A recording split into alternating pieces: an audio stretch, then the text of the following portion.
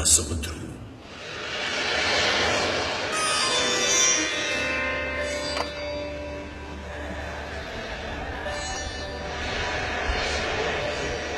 पश्चिम भारत के किनारे गरजता हुआ महादेव सोमनाथ और महातीर्थ प्रभास के साथ न जाने कितने युगों को देखता आ रहा हूं।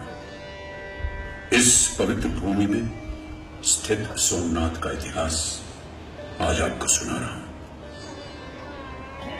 स्कंद पुराण हमें इस तीर्थ स्थान के आरंभ की कहानी बताता है।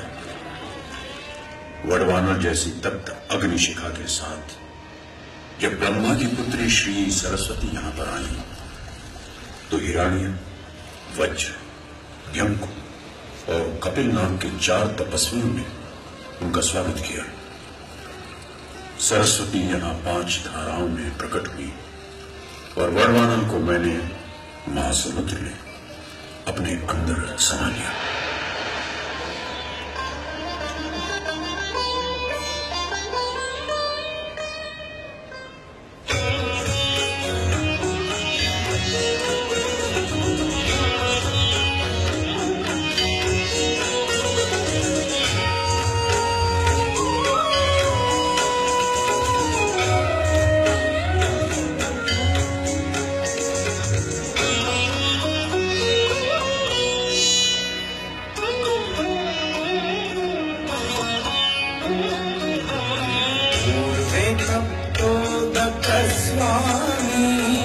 पश्चिमे माधवः सुतः दक्षिणे सागरस्तद्वत् भद्रानद्युत्तरे मता एवं सीमा समायुक्तं क्षेत्रं 12 योजनम् एतत्प्रभासितं क्षेत्रं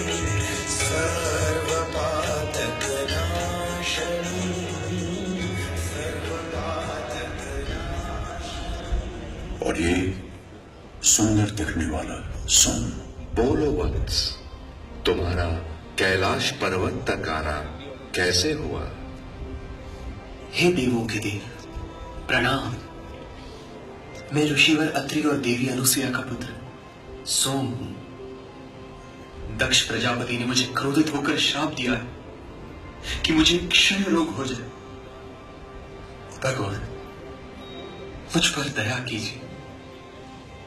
मैंने सिर्फ रोहिणी से अधिक प्रेम किया और अपनी शेष पत्नियों से दूर रहा। यह शाप उसी का परिणाम है। यह शाप नहीं, आशीर्वाद है सोम। जाओ, कृतस्मर पर्वत के पास एक पुराना तीर्थ स्थान है, वहां जाकर तपस्या करो, तुम्हें इस रोग से मुक्ति मिलेगी। प्रणाम महादेव, प्रणाम। इस पूरे ब्रह्मांड को चलाने वाले आप ही हो, आपको मेरा प्रणाम। फिर इसी जगह पर सोम ने 1000 साल तक तपस्या की और सोम को श्राप से मुक्ति मिली। उसे फिर से अपना तेज यानी प्रभा प्राप्त हुई और इसीलिए इस जगह को प्रभास नाम मिला। और क्या त्रिवेणी संगम वाला ये स्थान सिर्फ एक तीर्थ स्थान ही है? नहीं, ये तो भारतीय जीवन शैली की विशेषता का प्रतीक है। जीवन और जीवन दर्शन, जीव और शिव, हर और हरि की आराधना का स्थान है। अंधेरे से प्रकाश की ओर ले जाने वाला रास्ता है ये उस परम सत्ता की उपासना है, मनुष्य जिसका एक अंश है और जिसकी आत्मा से वसुधैव कुटुंबकम का स्वर निकलता है।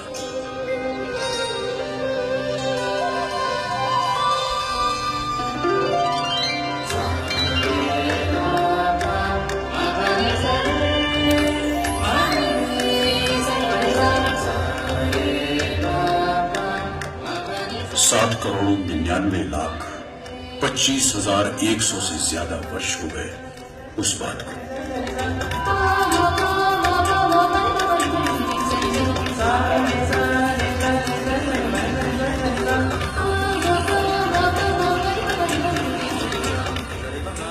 सारस्वत मनवंतर के त्रेता युग में श्रावण महीने के शुक्ल पक्ष में सोम ने अपने इष्ट देव सोमनाथ के लिए एक भव्य स्वर्ण मंदिर का निर्माण कराया, जो प्रतीक है श्रद्धा, भक्ति और कृतज्ञता का।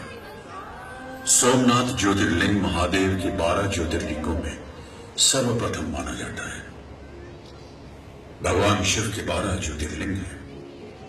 सोमनाथ गुजरात में, मल्लिकार्जुन आंध्र प्रदेश के श्रीशैलम में, महाकालेश्वर और ओंकारेश्वर मध्य प्रदेश में, केदारनाथ हिमालय में, त्र्यंबकेश्वर, भीमाशंकर और घृष्णेश्वर महाराष्ट्र में, विश्वनाथ काशी उत्तर प्रदेश में, नागेश्वर द्वारका गुजरात में, बैद्यनाथ झारखंड में और रामेश्वरम तमिलनाडु में स्थित है।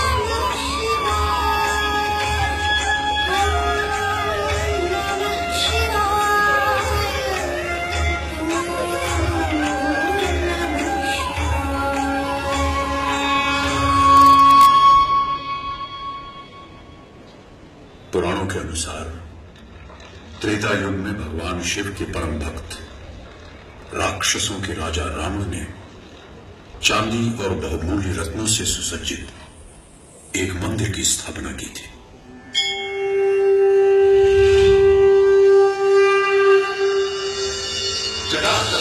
जल प्रवाह पावितस्थले कलेवलंब्य लंबितां भुजंगतुंगमालिका तमट्टमट्टमन्निनादमट्टमर्वयं चकार चण्डताण्डवं तनोतु न शिव शिवम् जटाकटा समभ्रमभ्रमं निलिम्ब निर्जरी विलोलवीचि वल्लरी विराजमानमूर्धनि तगद्धगद्धगज्ज्वलल्ललाटपट्टपावके किशोरचन्द्रशेखरे रति प्रदीक्षणं मम नंदनी विलास बंधु बंधुरस्फुरस्तिगंत संतति प्रमोदमान मानसे कृपा कटाक्ष धोरणी निरुद्ध दुर्धरापति दिगंबरे मनोविनोदनी वस्तुनि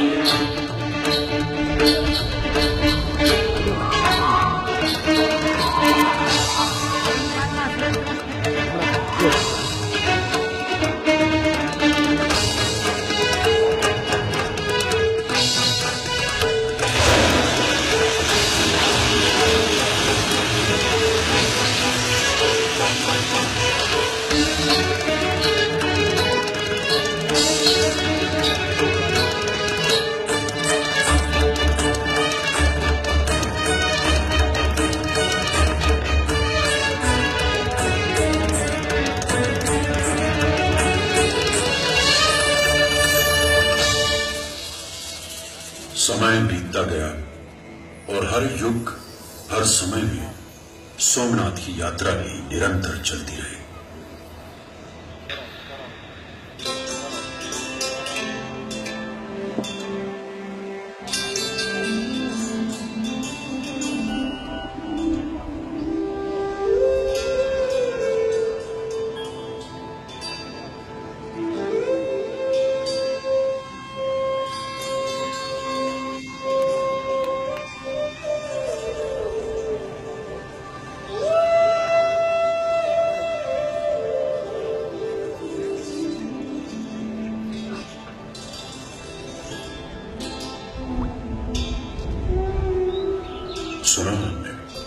श्री कृष्ण की बंसी का स्वर। यहीं हिरणी नदी के किनारे जरा नाम के पार्थी ने श्री कृष्ण को बाण मारा और यहीं पर श्री कृष्ण ने अपना देह त्याग किया। पर वो तो श्री कृष्ण की बस लीला थी। कृष्ण तो स्वयं मृत्युंजय है, उन्हें कोई मार नहीं सकता। उनके जीवन का संदेश भी तो यही है, आत्मा अजेय है, अमर है, वो कभी नहीं मरती। राधा के प्रेम में समर्पित हो जाने वाले, सुदर्शन चक्र उठाने वाले और कुरुक्षेत्र में गीता का प्रबोधन करने वाले, सत्य, प्रेम, भक्ति और शक्ति के पुजारी श्री कृष्ण महाभारत युग ईसा पूर्व 3102 में चैत्री शुक्ल प्रतिपदा की दोपहर 2:27 में इसी जगह अपने मानव शरीर को छोड़कर चले गए। हरि और हर के मिलन की ये एक अद्भुत कहानी है।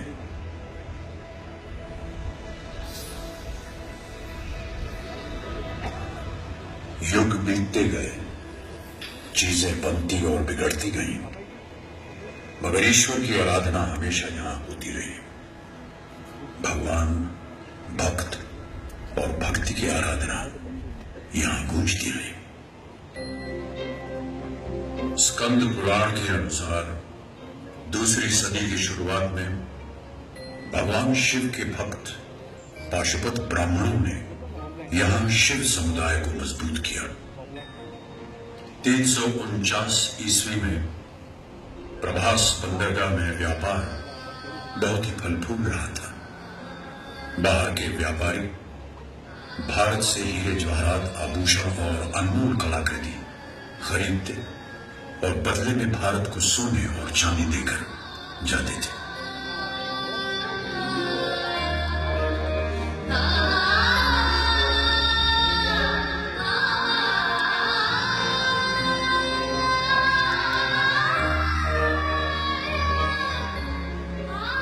मंदिरों में बजती घंटियां, मंत्रों के स्वर और बाजार में सोने के सिक्के की खनखनाती आवाजों के बीच मैं इस वैभव को निहारता रहता। ज्ञान और संस्कृति का अनोखा मिलन यहां की पहचान बन गया। भारतवर्ष का ये स्वर्णिम काल था। ईसा की 8वीं सदी में चालुक्य और प्रतिहार राजाओं ने मिलकर इस मंदिर का तीसरी बार निर्माण करवाया। सोमनाथ मंदिर में हीरे, मोती, माणिक जैसे कई बहुमूल्य रत्नों से सजे कई स्तंभ थे और मंदिर के गर्भगृह के केंद्र में देवादिदेव भगवान शिव का ज्योतिर्लिंग हवा में बिना किसी आधार के जमीन से ऊपर स्थापित किया गया। यह अद्भुत दृश्य देखकर सभी लोग आश्चर्यचकित हो जाते थे। मंदिर में 1 टन से भी अधिक वजनी सोने की घंटी सोने की भारी जंजीरों से बजाई जाती थी। हजारों पंडित मंत्रोच्चार करते थे। 500 से ज्यादा नर्तकियां भगवान शिव की आराधना में नृत्य प्रस्तुत करती थी।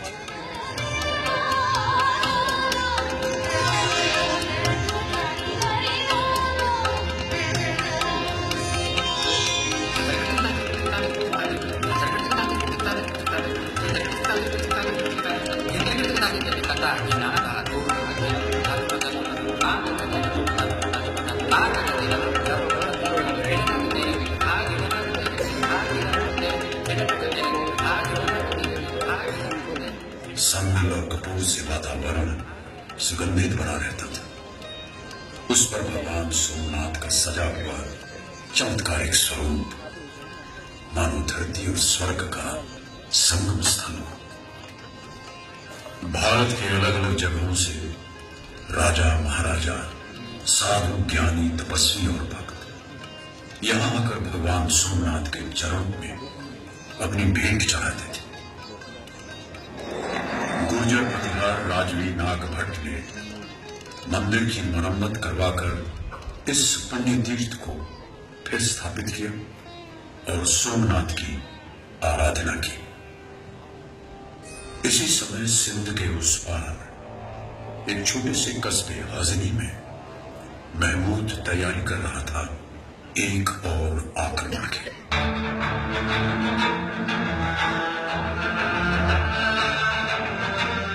सोमनाथ की अपार धन संपदा और मूर्ति तोड़ने की उसकी लालसा उसे इस शिव मंदिर पर खींच गई। 6 जनवरी सन 1026 को महमूद गजनवी ने 30,000 घोड़ों, 50,000 ऊंट और 84,000 सिपाहियों के साथ सोमनाथ मंदिर पर हमला किया। 50,000 शिव भक्तों ने मंदिर की सुरक्षा के लिए जान की बाजी लगा दी।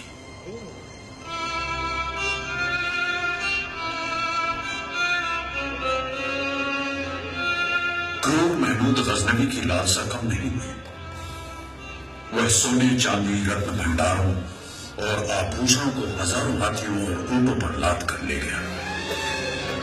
नहीं लूट पाया सोमनाथ की महिमा और उसकी सांस्कृतिक धरोहर, जो हमारी सबसे बड़ी संपत्ति है।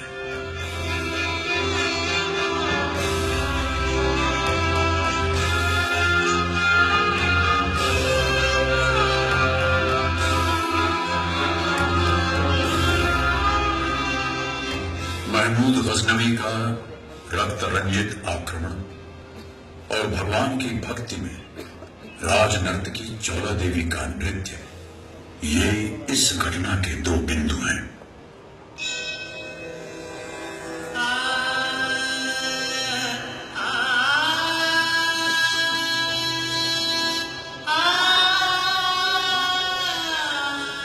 महारानी चौला देवी एक नर्तकी थी जो अपने नृत्य से नटेश्वर की पूजा करती थी। महाराज भीमदेव से उनका विवाह हुआ और वो महारानी चौला देवी को अपने महल ले गए। पर महारानी चौला अपने देव के दर्शन और सेवा के बिना नहीं रह सकती थी। इसलिए वो राजमहलों का सुख छोड़कर फिर से भगवान सोमनाथ की सेवा में लौट गई। उन्हीं के चरणों में नृत्य किया, वही उनका अंतिम नृत्य था।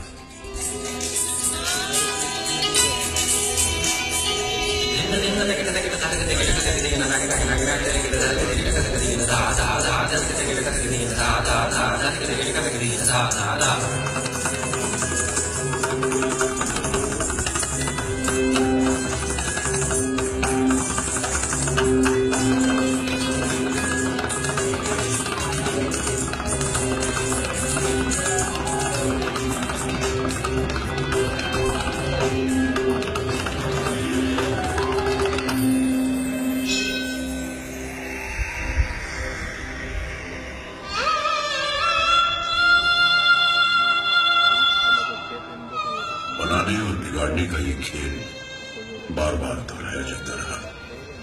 राजा और प्रजा मिलकर निर्माण करते रहे। राजवी कुमारपाल के समय में जैन आचार्य हेमचंद सूरी और शैव गुरु भाव बृहस्पति ने मिलकर सोमनाथ के जीर्णोद्धार का संकल्प किया और कुमारपाल ने सम्मति दी।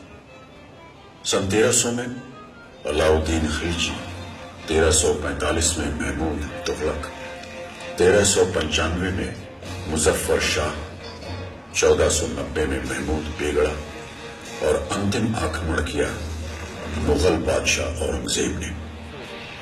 इन सब के अलावा पोर्तुगीज से अमीर जी ने विवाह किया। सोमनाथ के युद्ध में अमीर जी और बेगड़ा भील दोनों ने एक साथ वीर गति पाई। समरस भारतीय समाज की ये एक पहचान थी। एक शिलालेख के अनुसार इस युद्ध में सोमनाथ की सुरक्षा के लिए कुछ मुसलमानों ने भी अपने प्राण गंवाए। 1783 में इंदौर की रानी अहिल्याबाई होलकर और ग्वालियर के श्रीमंत पाटिल बुआ शिंदे ने मंदिर के अवशेषों के पास ही एक और मंदिर बनवाया, जो आज भी अपनी कहानी सुनाता खड़ा है।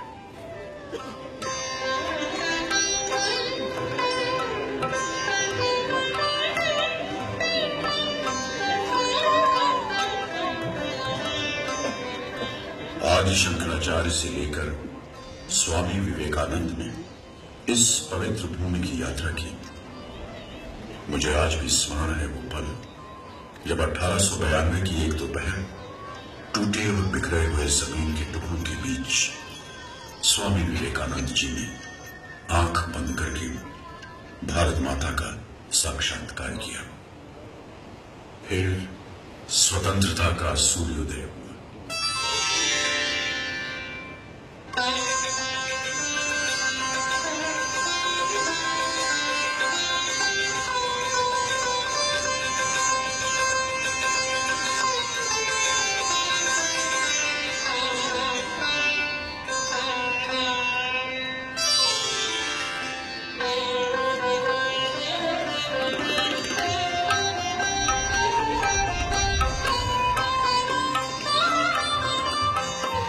भारत आजाद हुआ। लाल किले पर तिरंगा फहराया गया, लेकिन जूनागढ़ के नवाब ने अपना प्रदेश पाकिस्तान के साथ जोड़ने की घोषणा कर दी। लोगों ने जूनागढ़ मुक्ति के लिए आरजी हुकूमत की रचना की। 3 महीनों के बाद जूनागढ़ मुक्त हुआ।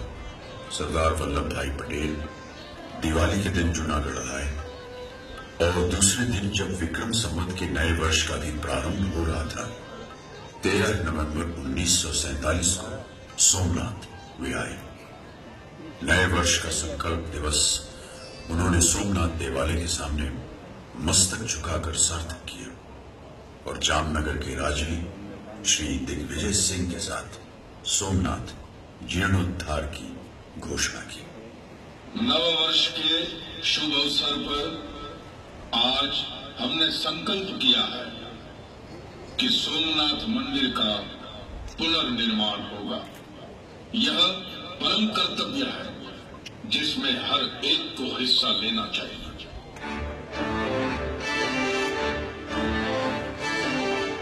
टूटे हुए मंदिर का पुनर्निर्माण विनाश से फिर सृजन तक पहुंचने वाली भारतीय सांस्कृतिक परंपरा का एक महत्वपूर्ण संकेत था।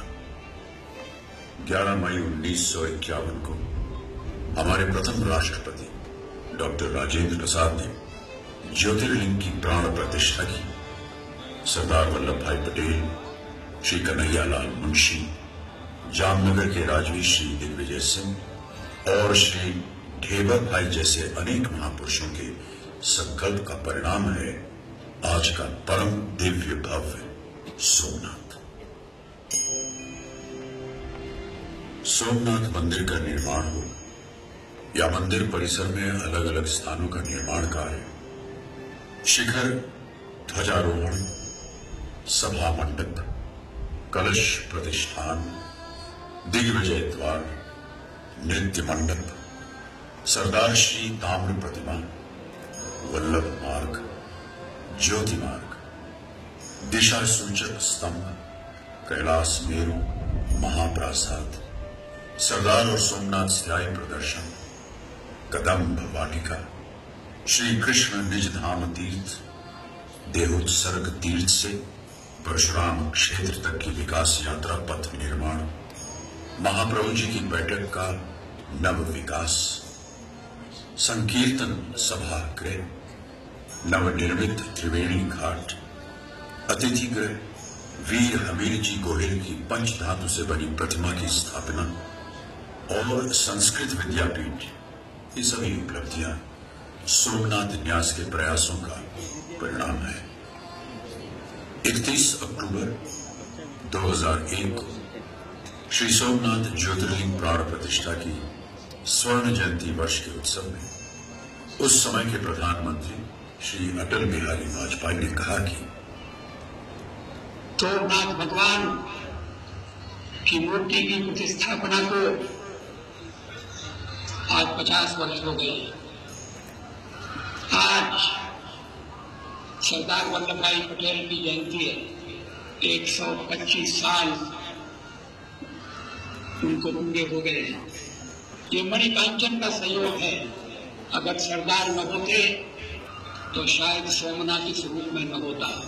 आक्रमणकारियों ने सोमनाथ को भग्न कर दिया था, लेकिन जिस तरह से सोमनाथ का हमने पुनर्निर्माण किया और उसे ध्वस्त करने वाले, उसको खंडित करने वाले परास्त हो गए।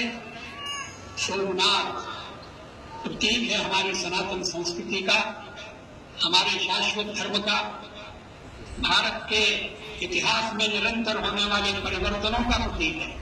सोमनाथ प्रतीक है चिरंजीवी संस्कृति का, सोमनाथ प्रतीक है सतत संघर्ष का, सोमनाथ प्रतीक है हमारे राष्ट्रीय स्वाभिमान का।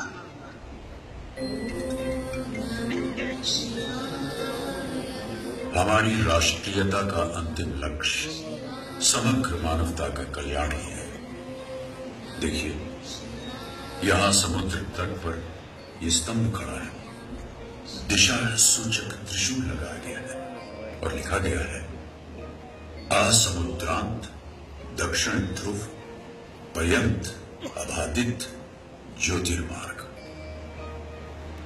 हाँ, इस तीर की दिशा में सीधे जाने पर दक्षिण ध्रुव तक कोई भूमि क्षेत्र नहीं आएगा, केवल जल मार्ग ही होगा। किस प्रकार हमारे पूर्वजों ने देशाटन को संस्कृति के साथ जोड़ने वाला यह अबाधित ज्योतिर्मार्ग स्थापित किया होगा, ये परम आश्चर्य है। मेरा महासमुद्र की गरजती लहरों का स्वर सोमनाथ भगवान के चरणों को छू रहा है।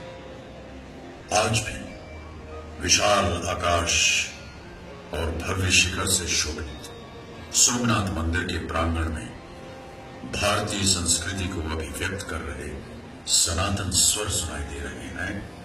वसुधैव कुटुंबकम। भारत माता की जय। जय सोमनाथ।